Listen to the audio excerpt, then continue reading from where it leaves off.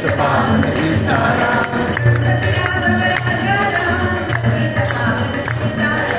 रघुपति राघव राजा राम पतित पावन सीताराम। रघुपति राघव राजा राम पतित पावन सीताराम।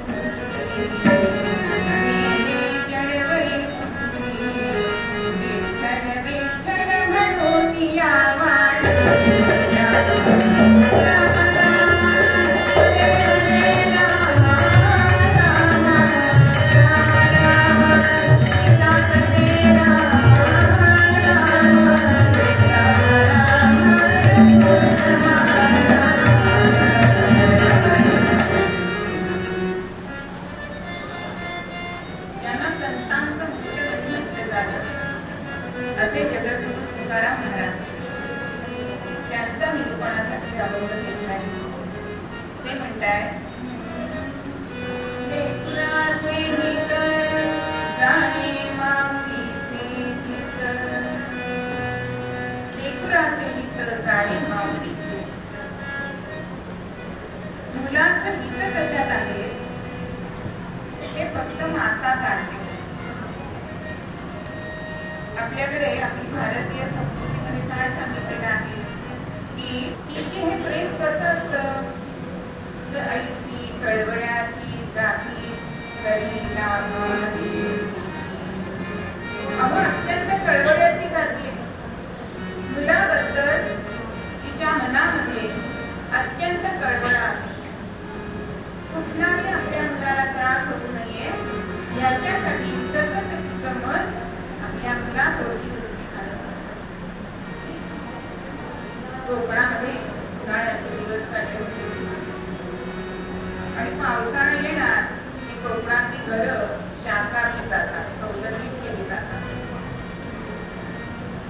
आणि या घरातला त्या आजींचा मुलगा कौल शाकाराला नाश्ता झाल्यानंतर 10च्या सुमारास कौलावरती चढला.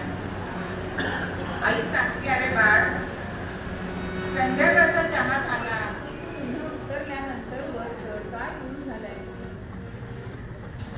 पण तरुण वयामध्ये सगळं सोचतं आणि तरुणांना त्यांना जेव्हा हवं असतं तेव्हाच ते करतात.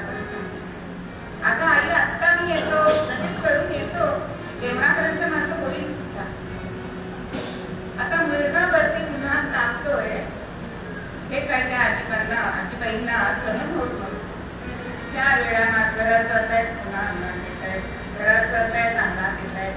अंगणात येऊन सांगतायत, अरे बाळ झालं नसेल तर संध्याकाळी कर, संध्याकाळी कर. हो आई येतो आई असं करत तो काही खाली उतरायला तयार नाही. मग आपल्या मुलाचं हित बघण्यासाठी ही आई काय करते, तिचा नातू जो पाळण्यात झोपलेला असतो त्या पाळण्यातल्या नातवाला घेते आणि त्याला त्या अंगणामध्ये उन्हामध्ये आणते. आता बापाचं हृदय हल्लंय, अगं आई त्याला ऊन लागतंय. मग ती म्हणते, मी तुला बघत बसतो तेच सांगते, पण मी तोंडी सांगते तुला समजत नाही म्हणून मी तुला आता कृतीने सांगते. जसं तुला असं वाटतंय की तुझ्या मुलाला ऊन लागतंय तसं माझ्या मुलाला ऊन लागतंय, हे मी तुला मगासपासून सांगायचं करते, पण तुला ते कळत नाहीये. आणि हा मुलगा खाली आला. म्हणजे ऐसी कळवळ्याची जात. आपल्या मुलाला त्रास होतोय हे आईला आवडत नाही, त्याच्यासाठी सतत कार्यरत असते. किती कळवळ असावं. एका खेडेगावामध्ये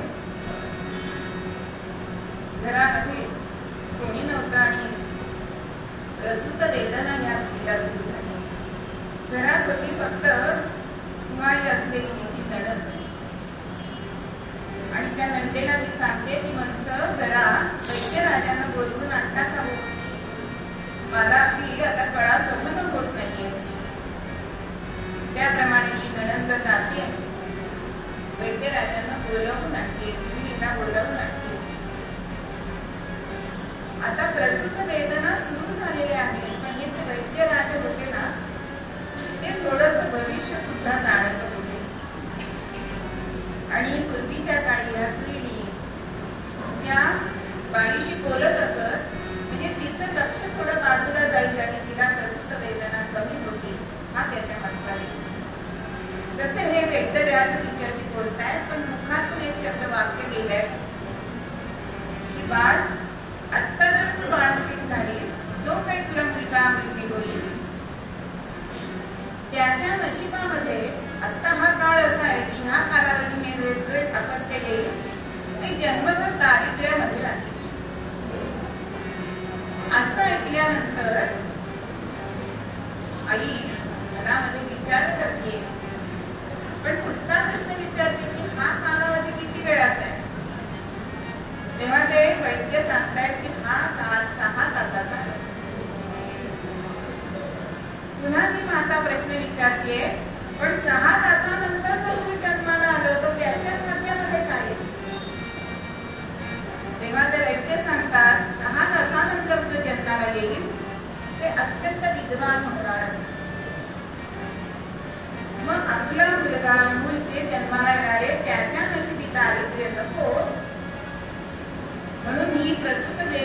येणारी स्त्री काय म्हणते त्या वैद्यराजांना की तिचं लक्ष एका कोपऱ्यामध्ये जातं, तिथे दोरी पडलेली होती. तिने सांगितलं मी सांगते तेवढं तुम्ही करा, की माझ्या पायाला मी दोरी बांधा आणि या वरच्या झोपाळ्याच्या हुक्काला मला उलट टांगून ठेवा 6 तास. इतकं तिने 6 तास ते दुःख सहन केलंय. कशासाठी? की माझं मूल जे जन्माला येईल ते दारिद्र्यात नको तर ते बुद्धिमान असावं. आणि खरोखर 6 तासानंतर मी प्रसूत झाले आणि ते झालेलं अपत्य म्हणजे बिरबल आलेलं. बिरबल अत्यंत चतुर. आपण त्यांच्या खूप कथा ऐकतो. बरं, त्यांची बुद्धिमत्ता त्यांनी स्वतः पैसे मिळवण्यासाठी घेतली नाही, कधी तिची खर्च केलं नाही, तर लोकांचं कल्याण करण्यासाठी त्यांनी आपली चतुराई वापरलेली आपल्याला दिसते. म्हणून तुकोबा म्हणतात की ऐसी कळवळ्याची जाती तरी लाभा. बिरबलांची अशी कितीतरी छोट्या छोट्या कथा आहेत की एकदा बादशाहाला दररोज तांबूळ करून देणारा मनुष्य काहीतरी घरातल्या अडचणी असतात, मग दुसरीकडे जातात आणि त्या पिढ्याला जास्त चुना लावला गेला आणि अर्थात बादशाचं तोंड पोळलं. आज्ञा केली उद्या 1 किलो चुना घेऊन दरबारामध्ये ये.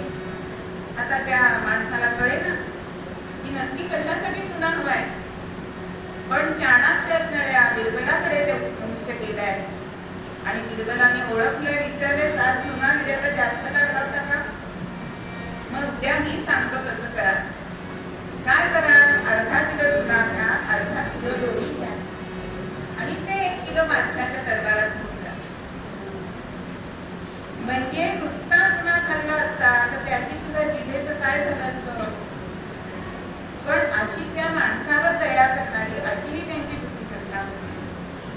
पण हे सगळं त्यांच्या आईमुळे घडलं. म्हणून ऐसी कळवळ्याची जाती तरी लाभावी. अशी अगदी अनेक प्रत्येक काळामध्ये आपल्याला आईची उदाहरणं दिसतात. म्हणून आपल्याकडे मातृदेवो भव आपल्या वेदाने श्रुतींनी का सांगितलंय? कारण आईची ममती अत्यंत मोठी आहे, ती वर्णन करता येत नाही.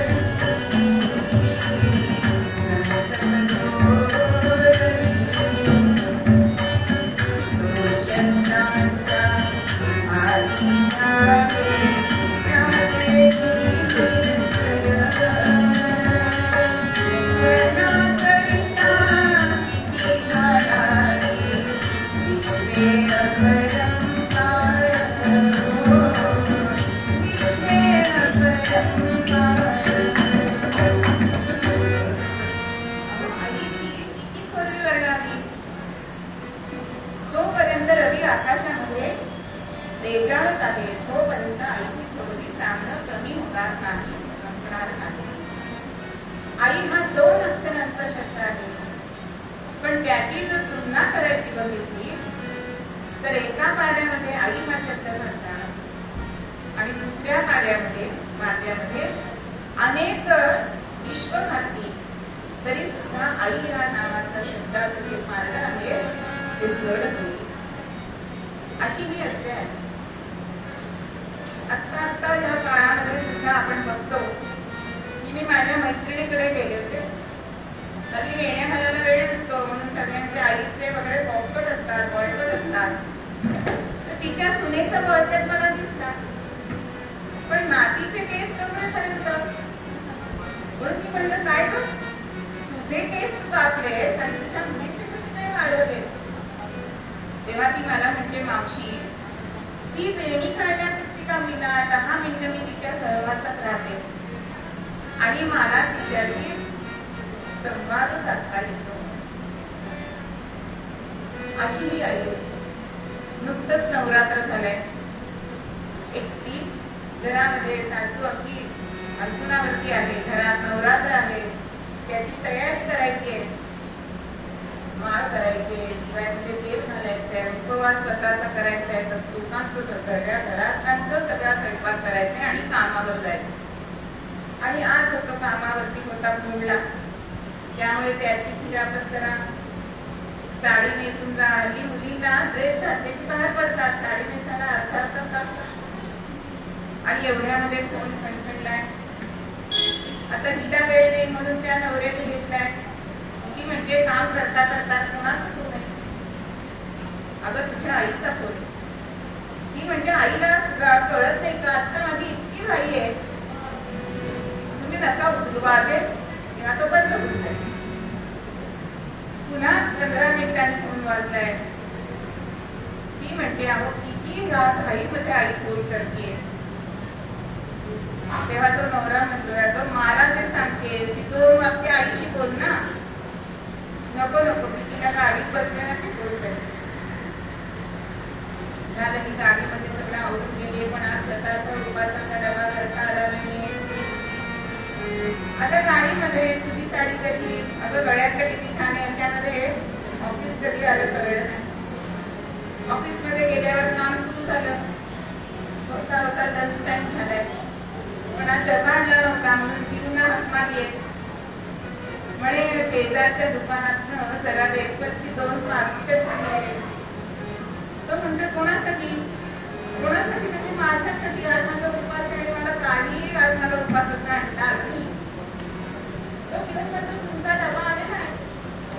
आता तिला समजे ना की कोण तिथे डबा ठेवला, सासूने तर करू शकत नाही, हे करणार नाही, मग डबा कोणी आणला? त्या पिंडी डबा आणून दिलाय, डबा उघडलाय, बऱ्याचे तांदूळ, दाण्याची आमटी, रताळ्याचे काप, एखादं फळ, असा डबा भरलेला ती पिशवी आणून दिली. डब्यावर नाव बघतीये कोणी पाठवलंय त्याच्यावर आहे का, पण डब्यावर नाव सुद्धा नाही आहो. आणि मनात विचार करताय डबा आलाय ना पुढे, आज आपण तो खाऊया. पण जेव्हा पहिला घास घेतलाय आणि आईच्या हाताची चव कळली, म्हणजे तिचा फोन आपण उचलला नाही, पण ती आई ती गडबड्याची नाती आहे ना. माझ्या मुलीला फराळच करायला मी जात नाही अशी असते. म्हणतात आईची गडबड्याची तरी लाभा दिलं. आईचं प्रेम कसं असतं, लाभा दिलं असतं. म्हणजे बाप एखाद्या म्हणे हा मुलगा माझ्या म्हातारपणीची काढली, पण आई प्रेम असं करते का? म्हणून आपला मुलगा आईला हा नेहमी लहानच असतो.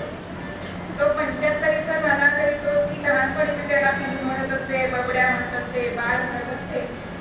ते 75व्या वर्षी सुद्धा तिचं पिलूच असतं. म्हणून ऐसी कळवळ्याची अशी ही माता मुलाच्या भोवती तिचं सगळं बोल फिरत असते. कोटी भार साहे त्याचे, कोटी भार वाहे त्याचे सर्वस्वनी साहे.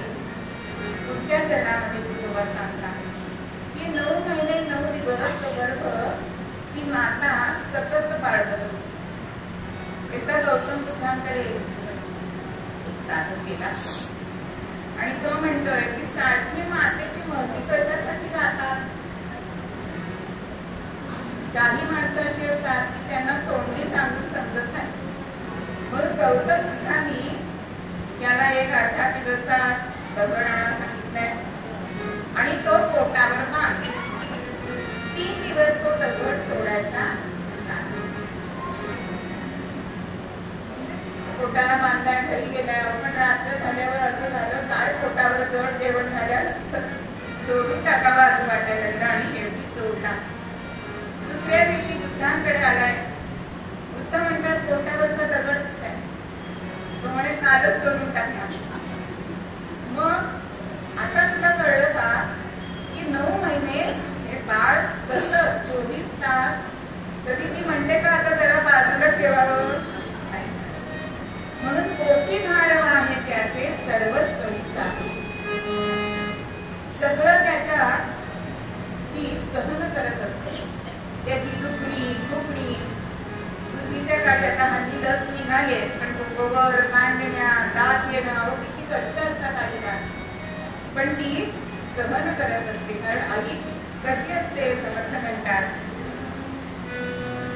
नीट नाही कंटाळा नाही, नीट नाही कंटाळा नाही, आलस्य नाही त्रास नाही, तुझी माया कोठेची नाही, जगाने कधी श्रीराम. अहो आईला करण्याचा कधीही कंटाळा येत नाही, तिला त्याचा त्रास होत नाही. मी नेहमी एक माझ्या काकाचं उदाहरण देते. माझा काका जरा गाता काका विनोदी होता आणि आमचं मोठं कुटुंब 50 माणसं आमच्या घरामध्ये आणि गणपतीला वगैरे आम्ही एकत्र जमायचो. मग काय तेव्हाची मजा म्हणजे काय, चांगले चांगले पदार्थ करायचे वगैरे असंच असायचं. आणि आमचा दुधाचा धंदा, त्यामुळे आजीला खूप काम असायचं. त्या रात्री माझा तो धाकटा काका भाऊ काका म्हणाला, अगं वहिनी, आमच्या आजीला वहिनी म्हणत असत, वहिनी जरा पापड भाज ग. आता 50 जणांना पापड किमान 2-2 प्रत्येकी 100 पापड भाजणं म्हणजे त्रासाचं नाही का होत. म्हणून थोडीशी म्हणाले, मामी आज मी अगदी कंटाळले, आम्ही दमली म्हणजे त्या भाजून झाली. आता ह्याची बर म्हणावं की नाही. हा म्हणतो, वहिनी अगं उद्या भेट केली तर तुझा अगदी राहील बर का. आणि माझी आजी उठली आणि 100 पापड भाजून सगळ्यांना खाल्ले. म्हणजे समर्थ म्हणतात तसं वीट नाही कंटाळा नाही. आपल्या मुलांची इच्छा पूर्ण करण्यासाठी आई काहीही करत असते. मग ती आपण तर माणूस आहोत, पण प्राणी मात्रातल्या सुद्धा माती या अशाच असतात. बघा मांजर, आपल्या घरातली मांजर येईल ती 3 वेळा ती पिल्लं हलवते की तो गोठा खाऊ नये म्हणून.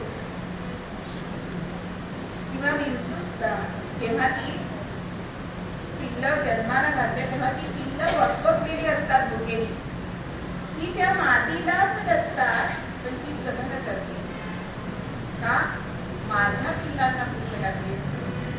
म्हणून एका पदामध्ये आईला देव जरी भेटला ना तरी ती स्वतःसाठी काही मागत नाही. देव जरी मज देव जरी मज देव जरी मज कधी देवला मागणे देव मागणारा मागणे देव मागणारा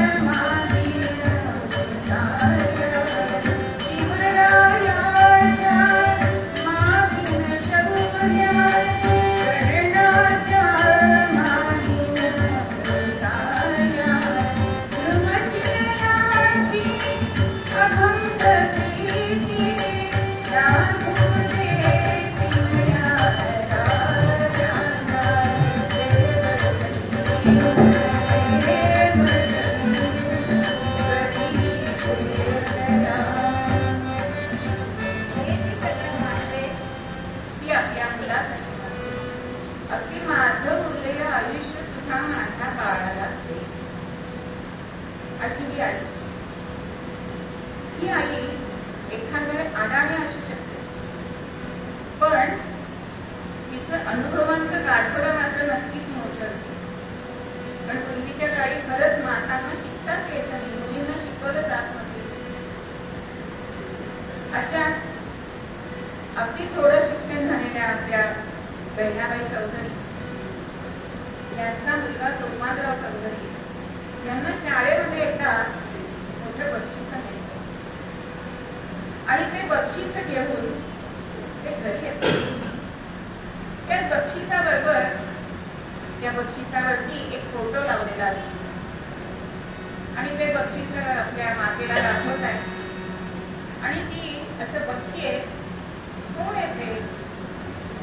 आता सोपानदेव म्हणतात तुला माहिती की कोण येते. बहिणाबाई चौधरी उत्तर देत आहे मला आज या फोटोकडे बघून काय वाटते सांगू. मला असं वाटतंय की आज भगवान श्रीकृष्णाने फेटा बांधलाय. अहो तो फोटो होता विवेकानंदांचा. म्हणजे त्यातली जी भावना आहे ती कितीही आई अडाणी असली तरी जाऊ शकते अशी ही आई. म्हणून आई करता आपण काय केलं तरी सुद्धा तिथे उपकार मिळू शकत नाही. मग तुकाराम महाराज शेवटच्या कडव्यामध्ये म्हणतात का म्हणे माझे तुम्हा संतांबद्दल. इथे संत आणि माता हे किती साम्य आहे त्याच्यामध्ये असं ते सांगतात की जशी आपली माऊली असते तशीच ही सद्गुरू माऊली असते. जशी माता आपल्या मुलांची काळजी घेते तसे संत सुद्धा आपल्या भक्तांची काळजी घेत असतात. म्हणून तर त्यांना आपण माऊली म्हणतो. सगळे वारकरी हे विठोबाच्या दर्शनाला का जातात. बोलावणं नसतं कोणाला पण जातात की लाखांच्या संख्येने का विठू माऊलीला भेटाय. अशी ही माऊली ही सद्गुरू माऊली काय करते तर आपल्याला बोटाला धरून या भक्ती मार्गामध्ये परमार्थामध्ये म्हणून या भक्ती मार्गामध्ये परमार्थ मार्गामध्ये दोन भाव सांगितलेले आहेत. एक मार्गाचा भाव सांगितलाय आणि एक मरकट भाव सांगितलाय. मग मरकट भाव याचा अर्थ काय तर आपण मांजरीचं पिल्लू बघितलं वाकराचं पिल्लू बघितलं तर ते पिल्लू त्या माकणीच्या पोटाला घट्ट धरून बसलेलं असतं. मग ती जेव्हा उड्या मारते तरी ते सुटत नाही पडत नाही. ती इकडून तिकडून जात असते. म्हणजे आपण सुद्धा कुतूहलाने बघत असतो. पण ह्याच्यामध्ये त्या पिल्लाने त्या आईचं पोट धरलं म्हणून पिल्लाचा हात जर सुटला तर ते पडू शकतं. पण मार्जाचा भाव कसा आहे तर मांजर आपली शिंग आपल्या तोंडामध्ये धरते. आता तिचे एवढे अनुभूती दात असतात की कुंडीत मारू शकेल धार त्यालाच. पण जेव्हा ते पिल्लू उचलून घेते त्यावेळी ते दात त्या पिल्लाला टोचतात जाऊन. आणि ती माता असल्यामुळे तिच्या तोंडातून कधी ते पिल्लू पडतही नाही. माकडाचं पिल्लू त्याचा हात सुटला तर ते पडू शकतं पण मांजरीचं पिल्लू तोंडातून पडणार नाही. तसा मार्गाचा भाव आपण भक्ती मार्गामध्ये धरायचा. म्हणजे आपण सद्गुरूला धरण्यापेक्षा सद्गुरूंनी आपल्याला धरलं पाहिजे म्हणजे आपला हात सुटत नाही. जसं एखादा रस्ता वळंडायचा असता त्या आईच्या मुलाचा हात नाही धरत बघा मनगट धरते घट्ट की ते मूल कुठे जायला नको गर्दी करते. पण मुलाने जर हात धरला असला तर खेळण्याकडे लक्ष गेल्यास हात सुटू शकतो. जत्रेमध्ये मूल हरवू शकतं. पण जोपर्यंत आईने हात धरलेला आहे तोपर्यंत मुलाचा हात सुटत नाही. अशी ही सद्गुरू माऊली असते. म्हणून तिने आपल्याला धरलं पाहिजे अशी आपली भक्ती असायला पाहिजे. जुन्या दासबोधामध्ये समर्थ रामदास स्वामी लिहितात शिष्य तारांगणी शिष्य तारांगणी पूर्णचंद्र सद्गुरु गगनी प्रगट झाला निशिकिरणी दिशा उजळल्या श्रीराम. अहो जसं आकाशामध्ये चंद्र उगवला की तारकांना आनंद होतो तसं शिष्यांना सद्गुरूंचं दर्शन झालं की आनंद होतो. मग हे सद्गुरू काय करतात? कोजागिरी पौर्णिमा आहे, चंद्राचं दर्शन घ्यायचं असतं, लक्ष्मीची पूजन करायचं असतं. पण सद्गुरूंचा तेव्हा आपल्या जीवनामध्ये उदय होतो, चक्रोदय होतो, त्यावेळी काय होतं? तर सद्गुरू आपल्या मनामध्ये ही संकल्पाची भरती असते, ती थांबते, विकल्पांची ओढती थांबते आणि बोध सागराला भान येतो. आणि तो जो आनंद आहे, तो आनंद आपल्याला सद्गुरू मागून देत असतो. म्हणून तुका म्हणे माझे तुम्हा संतांबरी. आपण ज्ञानेश्वर महाराज मयाने इतके लहान होते, पण तरी त्यांना आपण माऊली हा पिलूस का येतो? अहो, त्या 3 अध्यक्षरा घेतली तर मा म्हणजे मानवता, तू म्हणजे उदारता आणि मी म्हणजे लीनता. हे सगळे गुण मातेमध्ये असतात, म्हणून त्यांना आपण माऊली म्हणतो. म्हणून ऐसी कळवळ्याची जाती कधी लाभावी. आई कधीही मुलाला बाजूला सारत नाही. सगळ्या मुलांवर तिचं प्रेम असतं, पण त्यातल्या त्यात जर एखादं थोडस कमी बुद्धिमान असतं, एखादं अपंग मुलं असतं, तर आईचं त्याच्याकडे जास्त ओढा असतो. तर लौकिक व्यवहारामध्ये याचं कसं पुढे होईल हा विचार तिच्या मनामध्ये असतो. एखादे वडील चिंतात, आत्ता ह्याला काही द्यायचं नाही असं म्हणतात, पण माऊली असं करते का? पण वडिलांचं चुकतं असं मात्र मुळीच नाही करत. कारण व्यवहार ज्ञान जे असतं ते यायलाच पाहिजे, ही बापाची भूमिका असते. म्हणून माऊलीचा आपण ज्ञानेश्वरी ग्रंथ बघितला तर अगदी अंदाजून गोंजारून असं माऊली सांगते की आपल्याला. मग समर्थ सुद्धा संतच आहे, पण त्यांचं वाङ्मय वेगळं आहे, त्यांची भूमिका आहे बापाची. कारण काळ वेगळा. त्यावेळी मनुष्याला सांगायलाच पाहिजे असंच वाङ्मय समर्थांचं आपल्याला दिसतं. पण शेवटी कळवळ्याची जाती हेच आपल्याला दिसते. म्हणून तुकाराम महाराज जे म्हणतात की ऐसी कळवळ्याची जाती. अहो, आईच्या मनामध्ये फक्त मुलाची व्याप्ती असते.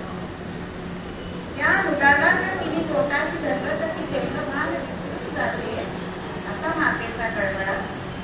म्हणून बापाचे गुण तिथे काशी गेल्या, पण मातेचे गुण तिथे काही गेल्या असं सांगितलेलं आहे. म्हणून माता ही आपल्याला श्रेष्ठ सांगितलेली आहे.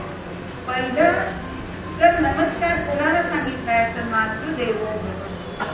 आता संन्यासांना सुद्धा, संन्यासांनी कोणाला नमस्कार करायचा नसतो, पण संन्यासांनी मातेला नमस्कार करायचा आहे. इतकं श्रेष्ठत्व मी मातेकडे सांगितलंय. कारण माता ही खरी म्हणजे संस्कार केंद्र आहे. आपल्या मुलाला ती लहानपणापासून संस्कारांचं बाळ करून पाहत असते. म्हणून मुलगा जर मूळ अपत्य चांगलं झालं ते कशामुळे होतं? सुशीलो मात्र पुण्येन.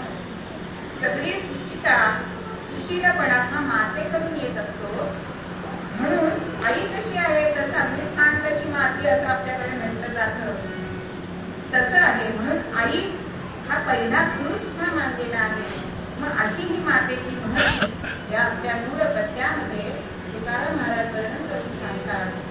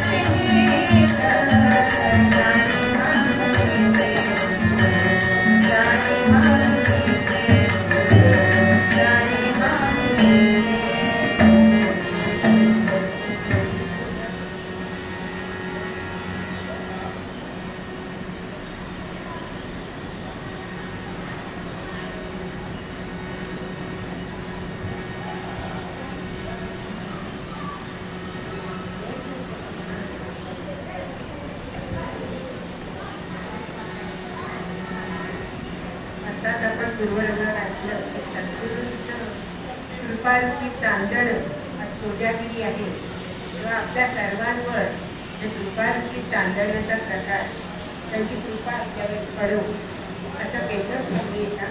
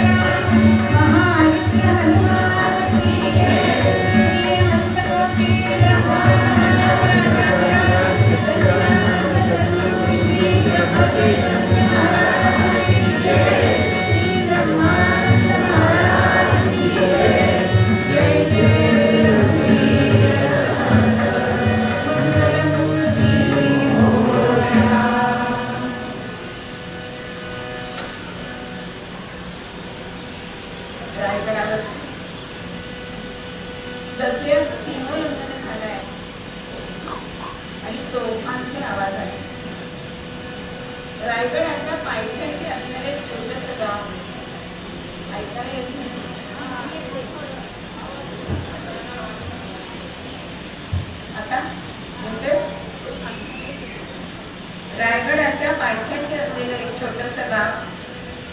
तिथे एक गवळी राहत होता. याची पत्नी हिरा. एक छोटस मूल होतं 7-8 महिन्याचं. आणि तोफेचे आवाज ऐकून मी बाहेर येते. हातातलं काम सोडलंय. पदराला हात पुसत पुसत बाहेर आले आणि मनात म्हणते, मला गडाच्या पायथ्याशी दैवान सासर.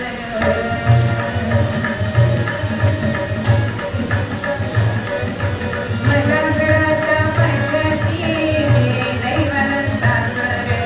नाही पाहिलं राजाला सखा सोयला परमेश्वर. नाही पाहिलं राजाला सखा सोयला परमेश्वर. आपण इतकं गडाच्या पायथ्याशी आपलं खरंच भाग्य आहे. पण आजपर्यंत आपण आपल्या राजाला बघितलंच नाहीये. मनात असं येतं ठेसावी, नथ घालावी पायामध्ये, डोळे घालावे आणि राजाच्या भेटीला जावे.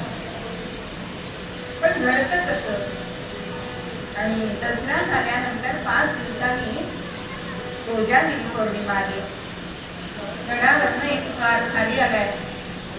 दवंडी पिकते की ऐका हो ऐका, आज कोजागिरीच्या निमित्ताने राजांनी सर्वांना गडावरती बोलवलेला.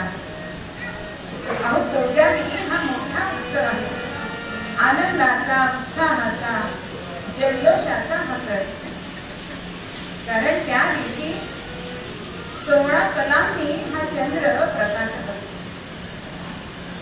शरदाचं चांदण म्हणजे अमृत वर्षाव हा चंद्र करत असतो. आणि त्या दिवशी लक्ष्मीची, काही ठिकाणी चंद्राची म्हणतात, काही ठिकाणी इंद्राची म्हणतात, पण लक्ष्मीची पूजा केली जाते. कारण तिचा जन्मदिन आहे असं सांगितलं जातं. समुद्र मंथन जेव्हा झालं तेव्हा ह्या पौर्णिमेच्या दिवशी लक्ष्मी त्यातून बाहेर पडली, म्हणून तिचा जन्मदिवस तिचं पूजन आज करायचं असतं. रात्रीच्या वेळी असं म्हणतात की कोण जागरती असं म्हणत कोण जागे आहे त्यांच्या घरी ती वास्तव्य करत असते. पण आजकाल आपल्याला असं दिसतं एरवी सगळे जागतात पण का, पण आज झोपतात. आज खरं म्हणजे जागायला पाहिजे. चंद्राच्या प्रकाशामध्ये ते दूध ठेवायचंय किंवा खिरीचा नैवेद्य दाखवला जातो. म्हणजेच काय की हे दूध जे असतं ते चंद्रातले जे अमृत कण असतात ते त्याच्यामध्ये शोषण्याची सामर्थ्य आहे, म्हणून ते चंद्रप्रकाशात ठेवलं जातं. असं काही ठिकाणी सांगितलं जातं. म्हणजे गोंधळाच्या पूर्वी ज्यांना दमा आहे त्यांना हे औषध घ्या, दुधामध्ये घालून मिळत असे. आणि दमा केलेले अनेक रोगी भेटलेले आहेत. अशी ही कोजागिरी पौर्णिमा आली आणि दवंडी पिकली. आणि गावच्या पाटलांना सांगितलंय की आज 5 हंडे दूध आम्हाला वरती हवंय असं सांगून तो स्वार गडावर गेलाय. आता या पाटलांनी तिथल्या गवळणींना सांगितलंय, त्याच्यामध्ये हिराला सुद्धा सांगितलंय. काही कामानिमित्त हिचा नवरा बाहेर गावी गेलेला होता. सगळ्यांनी पटापटा दूध गाईंचं काढलंय आणि हाका मारताय तिथं गवळणी, अगं हिरा करतीस का तू पण गडावर? आले आणि अशा या सगळ्या गवळणी निघाल्या मथुरेला.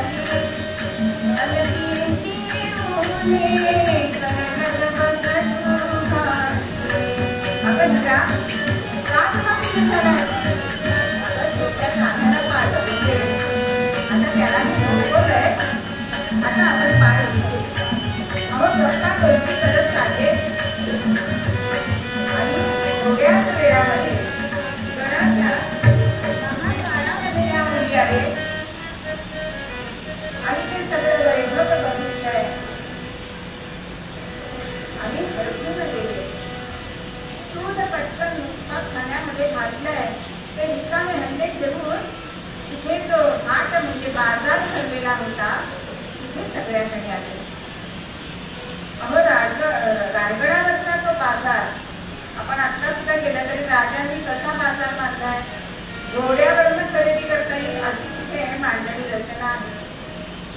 आणि राजा असताना ते तिथलं वैभव असं सगळ्यांनी बघतायत. ही हिरा तर अगदी मोहून केली आहे. मनामध्ये म्हणजे माझ्या बाळ राजाला यातलं काय घेऊ, किरकोळा घेऊ का काय घेऊ, इतक्यामध्ये मैत्रिणी म्हणताय, अगं हिरा चल, आम्हाला घाई आहे, तू येतेस का आम्ही पुढे होऊ?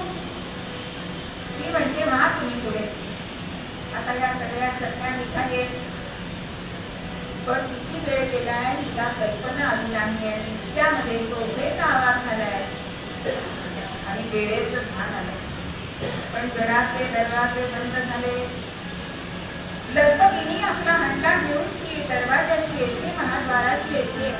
त्या शिपायांना सांगते, अहो माझं लहान बाळ घरी आहे, पटकन तुम्ही उघडा, मी पटकन जाते.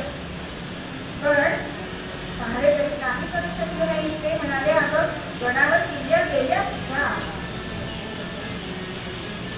पण आम्ही राजांना किल्लेदाराला जरा अर्जत करतो आणि ते उघडतात का बघूया. म्हणून एक शिपाई पाठवलाय, तू इथे बस असं सांगितलंय. पण हिची चढवी चढता मुलाकडे लक्ष आले, मुलाकडे ध्यान आहे. ऐसी कळवळ्याची चालली आणि मनात म्हणजे हे कधी वरती जाणार, कधी की आपली आजोबा ऐकणार आणि कधी घेऊन येणार. म्हणून त्यांच्या नकळत गेले, गडावरती फिरतीये आणि एका पश्चिम टोकाशी आले. तिथे पहारे नव्हते आणि तोल वाकून बघते तर मिट्ट काळा विहार दिसणार. अहो 400-500 तोल असणारा हा ही दरी होती आणि मनात विचार करते की आपण इथून उतरलो तर. मनाचा क्रिया झालाय.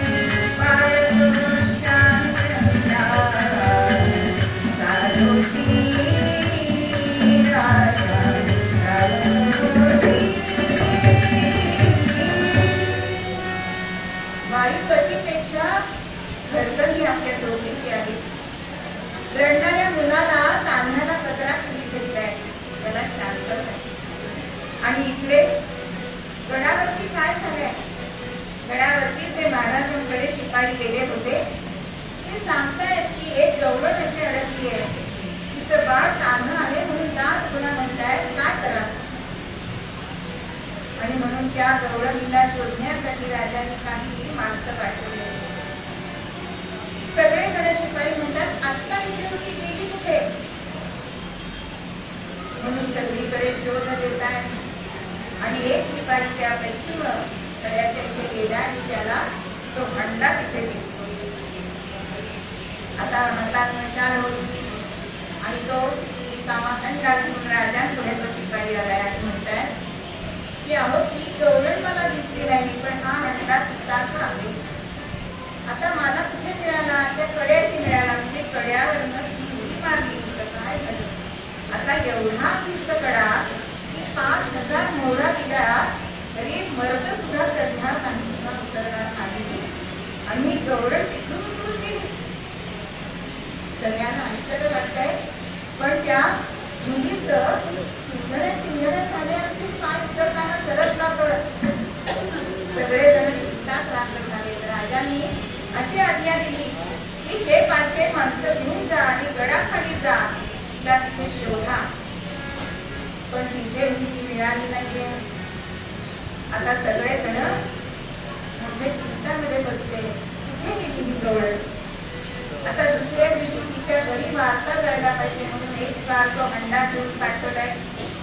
तो स्वार त्या घराशी आलाय आणि घोड्यांच्या टापांचा आवाज आलाय आणि घरामध्ये अंगणामध्ये सडा करत होती. स्वाराच्याकडे आपला हंडा दिसलाय आणि पुढे गेलीये, हा माझाच हंडा मी काल विसरले.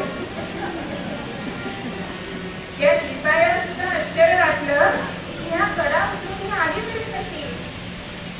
अहो त्या ठिकाणी आपण ती गेली हे सांगायला आलो आणि तीच आपल्याकडनं हंडा घेते. नवलही वाटलाय, अद्भुत वाटलाय, आश्चर्य वाटलाय, आनंद झालाय. आणि ताबडतोब त्याच पावली राजांकडे गेला आणि वार्ता ऐकली. मात्र सगळ्यांना मोठं आश्चर्य वाटलंय, ती गेली तरी कशी? पण आनंद पण झालाय, नवल पण वाटलंय. म्हणून बाळाजी अवघी राजांना म्हणतात की राजे काय अद्भुत गोष्ट घडली आहोली. तेव्हा राजे त्यांना म्हणतात, अद्भुत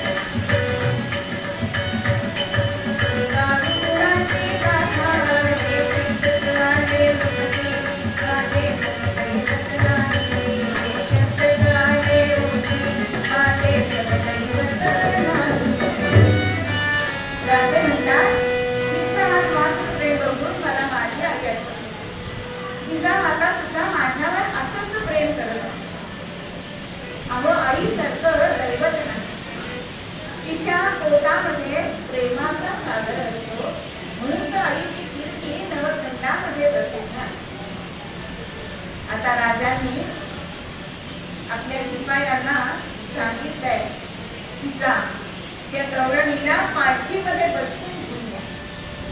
म्हणून 4 घोडेस्वार आले, पालखी बरोबर घेतली.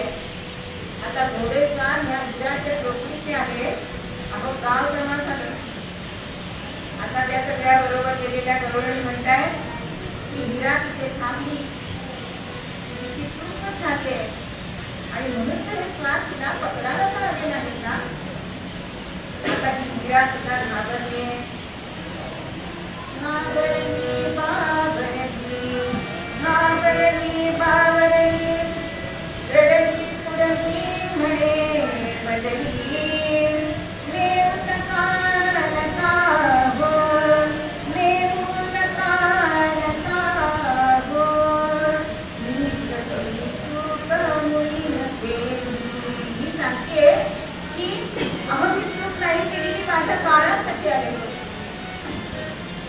आणि ते स्वार हसायला लागले. म्हणजे आम्ही कशासाठी आलोय हे तिला समजत नाहीये.